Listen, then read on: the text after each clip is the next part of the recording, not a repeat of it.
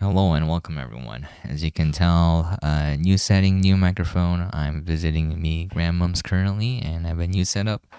So hopefully everything looks and sounds the same.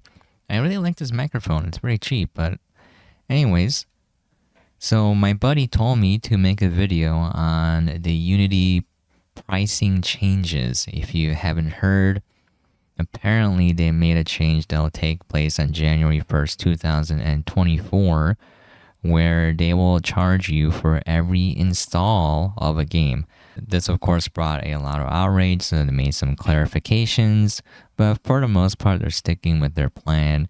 And then I'll walk through most of it as best as I can, and then I will give my thoughts. Not that anyone cares, but, anyways, here we go. So, essentially, if you make over $100,000 in revenue, then they will start charging 20 cents per install. So you might ask, what if you uninstall and reinstall the game? Originally, it was 20 cents per reinstall for every installation. And now they're saying that if you reinstall it onto the same hardware, they will not charge you. But there's a big issue with this because, like, how do they track this? And they're using their proprietary data model. And so there is no transparency whatsoever in how the data is collected. They could just be making it up for all we know. They could be looking at your estimated revenue and they're like, let's take a slice of that pie. But anyways, also what happens if you have multiple devices? What if I install it on my desktop at home, I install it on my laptop when I'm traveling, and then I install it on my Steam Deck? Let's say it's a mobile game too, so I install it on my phone. That's gonna get expensive real quick if everyone does that. But yeah, so another issue people brought up was, what if people pirate the game? Are developers gonna have to pay for people pirating the game? And their answer was, we have a system in place to potentially track that. But again, they don't clarify how that works. So I'm a little worried. If you're developing a game, it kind of sucks because you're looking at these changes and you're like, oh god, this is terrible for small devs. And then they're like, we can't really switch because we're already used to developing on Unity. It will take a lot of time and effort to learn a new engine. But yeah, so what about charity bundles? Like, for example, you put a bundle on charity sites, like on itch.io, or maybe there's a charity bundle on Humble Bundle, and will you get charged for that? Again, they say that charity installs will be excluded, which is great, but how do they track that? Like, how do you differentiate like, where a person bought the game? Like, if I bought Resident Evil from a charity bundle, and I install it on my PC, how are they going to know, right?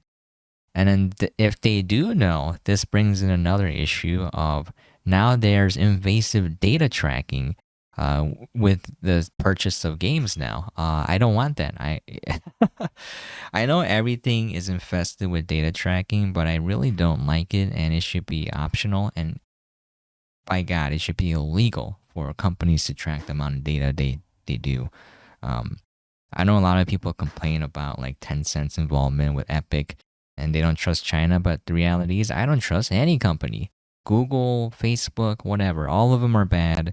No one should track that amount of data. It's too much power. Okay, so there's like issues of like, what about WebGL or demos?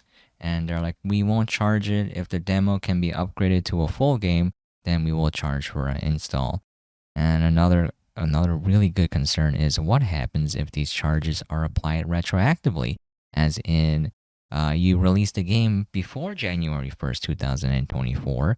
All of a sudden, will you start charging me? The funny thing is, isn't this a huge impact on indies? That's a question asked in the FAQ, and they said, based on their internal data, again, which they don't release, more than 90% of our customers will not be affected by this change. Now, I actually believe this because if you guys don't know, a lot of people who are kind of like observers don't realize that most of what you see and consume is the tip of the iceberg. And what I mean by that is the games that you play, even indie games, small indie games where like only 100 people played it, right? that's the tip of the iceberg. There's a lot of games made by small, even one-person dev teams that never get seen. So there's a lot of game developers where they make a game and it doesn't have a lot of reach. So I actually believe them, and when they say 90% of customers will not be impacted. So the worst part is you have to do this on top of paying a subscription fee. Um, I wish they would do one or the other. Now, here are my personal thoughts on this issue. I think this is nothing more than a ploy to make more money without actually doing more work. I think they're aiming at the top earners. So this is not going to impact indie devs, in my opinion, considering that you have to make more than $100,000. And if you are, then you are no longer a small unknown dev at that point. You're doing fairly okay. It still sucks that they're taking a small percentage, but it's very small, compared to Steam that takes 30% of sales. 20 cents per install is not the biggest thing. So I think most indie devs, the ones that you don't see, again, the bottom of the iceberg, they're probably not going to end up paying more, but it is, I think for me, when I think of the business gears turning in their head, whoever did this, they're probably like, how do we get to the top 1%, making millions, hundreds of millions? How do we make more money out of this? And I think this is their attempt to make more money from the top earners, not necessarily the bottom earners. Because when I see how it's structured, it is not going to nickel and dime the small majority of developers. The majority of small developers. I think this is going to impact the biggest developers, and they're trying to take a little bit. Now, while I hate giant corporations, I don't think that anyone should do this lazy method of trying to piggyback on someone else's hard work and profit. And for me, when I think about this, I vehemently oppose moves like this because unless they're bringing sales to you, I don't think they should ever take a percentage slice. Like there's no logic to that. For example, if I use Unity and I made a game and I got 0 sales, using Unity didn't help me at all in terms of marketing and reach.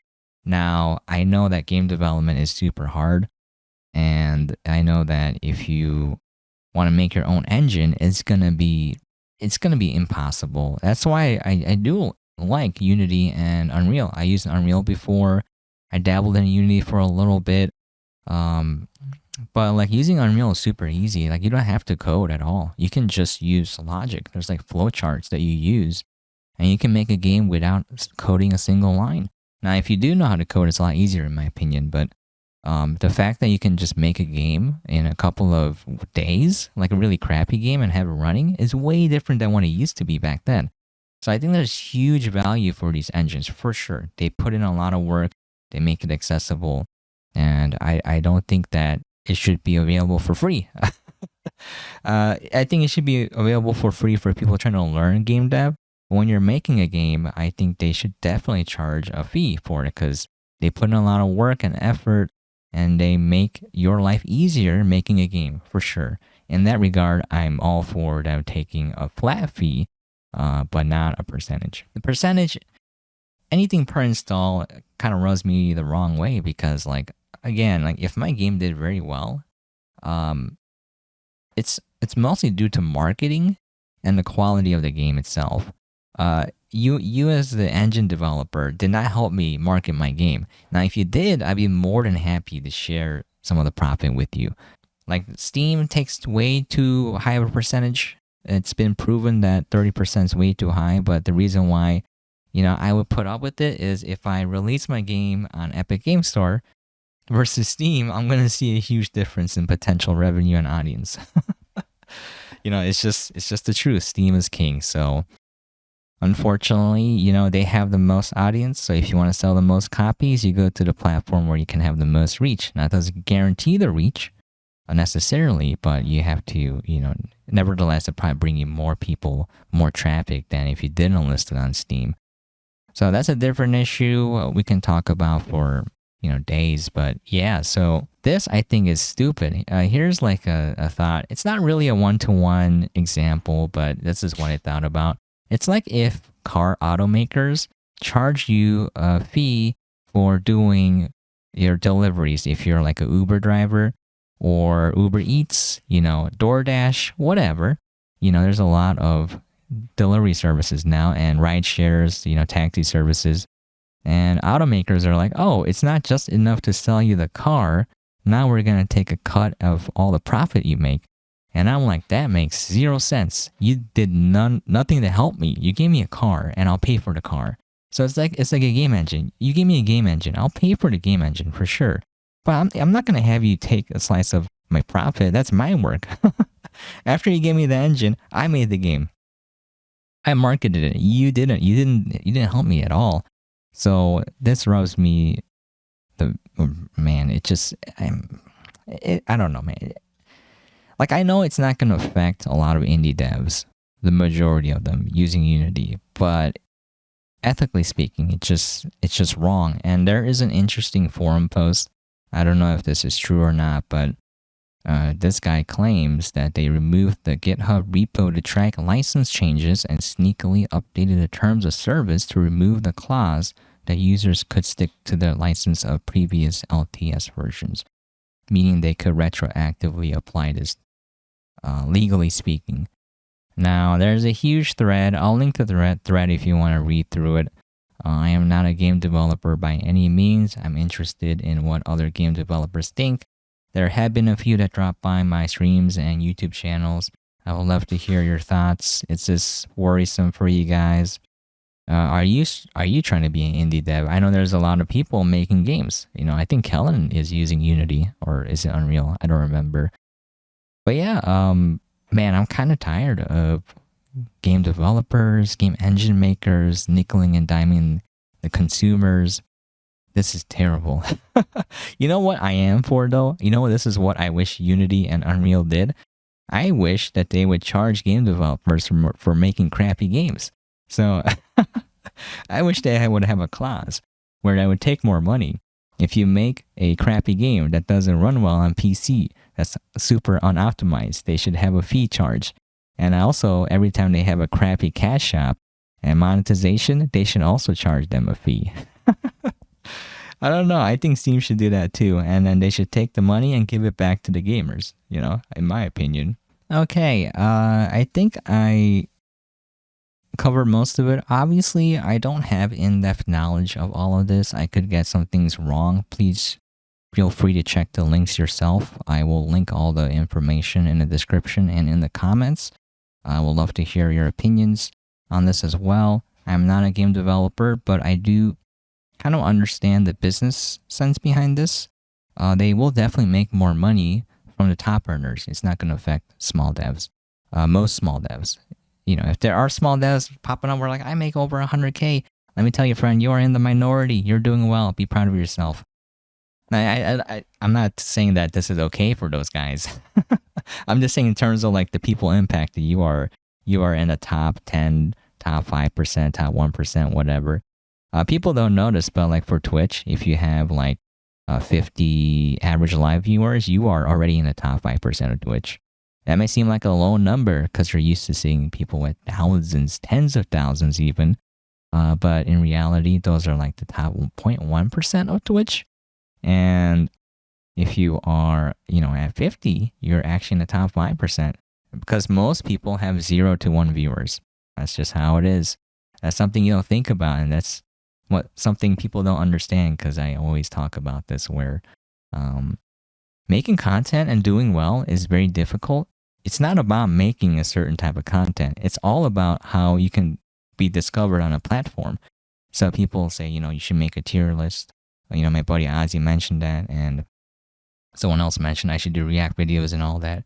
And I'm like, well, that doesn't guarantee traffic. A lot of the stuff is based on clout. If it's based on my opinion, then people have to care about my opinion for them to watch that piece of content. So maybe if I ever get big, if I make something like that, then I'll do okay.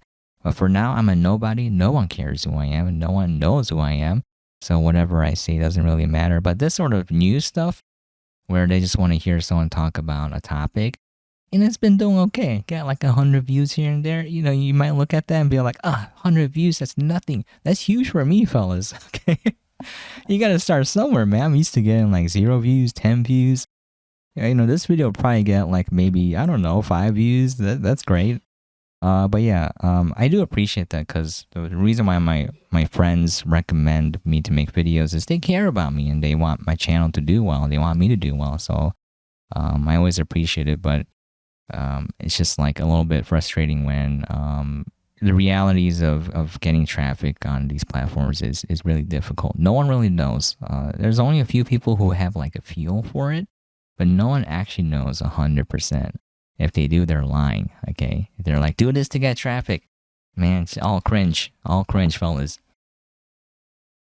Okay, thanks, Ozzy, for the video idea. Appreciate it. I'm gonna end here before I keep rambling, but one thing. My last video that I made where I'm talking about, I forgot what it was already. Sorry, goldfish memory. But I got some really nice comments on it. You know, I'll have it like on the video, but this guy said something like how it didn't feel like content and it just felt like a conversation. And I was like, man, that is exactly what I want to do. I don't want to make content. I want to make what I feel like making, what I think will be fun. I love video games, so I make coverage for it. It's not going to be entertaining for a lot of people, but I think it's going to be honest, you know? And these type of videos, it's just me talking because I'm an introvert. I stay in my room all the time, and I want to get my thoughts out into the world, even to one person, you know? It's just a record. It's just me having a conversation with a faceless person because I have no friends. I'm kidding, I have friends, but you know what I mean. So yeah, that was awesome. There's a lot of people who left awesome comments. Thank you, friends. I appreciate it. They gave me a sub too. Amazing. I already warned them, like I make garbage content and it's all random, so you never know what you're gonna get.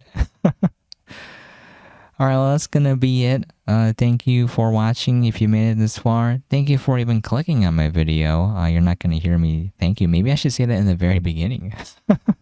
I'll do that for the next video. I'll thank people for dropping by. Yeah, appreciate every single one of you because I know that, you know, my videos aren't gripping. Like I watch YouTube occasionally. I mostly watch Moist. I'm a huge fan of Moist, but I know, you know, I've seen the content that does well, and my content is nothing like that.